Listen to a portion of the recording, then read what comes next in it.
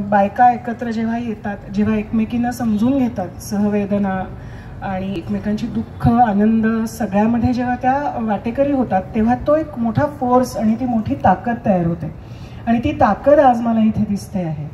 आणि त्यामुळे अशा प्रकारच्या कार्यक्रमात येऊन तुमच्याशी 4 गप्पा मारण्यात मला निश्चित खूप आनंददायी प्रसंग आहे हा. त्यामुळे संयोजकांचे पद्मश्रीताईचे मुळात आभार मानते. मला पद्मश्रीताई असं म्हणाली आणि तुमच्याशी सुद्धा जेव्हा बोलणं झालं तेव्हा तुमची जर्नी किंवा तुमच्या यशाविषयी किंवा तुमच्या प्रवासाविषयी सांगा असं काहीतरी बोलणं झालं होतं. तेव्हा मला असं वाटलं की माझ्या क्षेत्रात यशाच्या अत्यंत ठोकळेबाज व्याख्या आणि संकल्पना आहेत.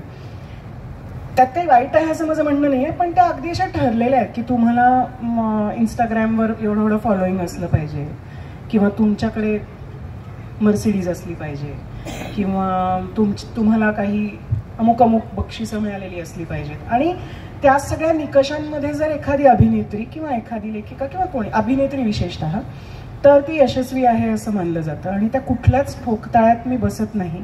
आणि ह्या गोष्टीचं मला जराही दुःख नाही आहे, कारण मला एवढं नक्की माहिती आहे की मी गेली 20-25 वर्ष जे काम करते आहे ते काम करताना मला जवळजवळ रोज आनंद, समाधान आणि कुठेतरी मी कालपेक्षा आज काहीतरी वेगळं केलं, कालपेक्षा आज काहीतरी नवीन केलं, काहीतरी नवीन शिकले आणि माणूस म्हणून, स्त्री म्हणून ग्रो झाले.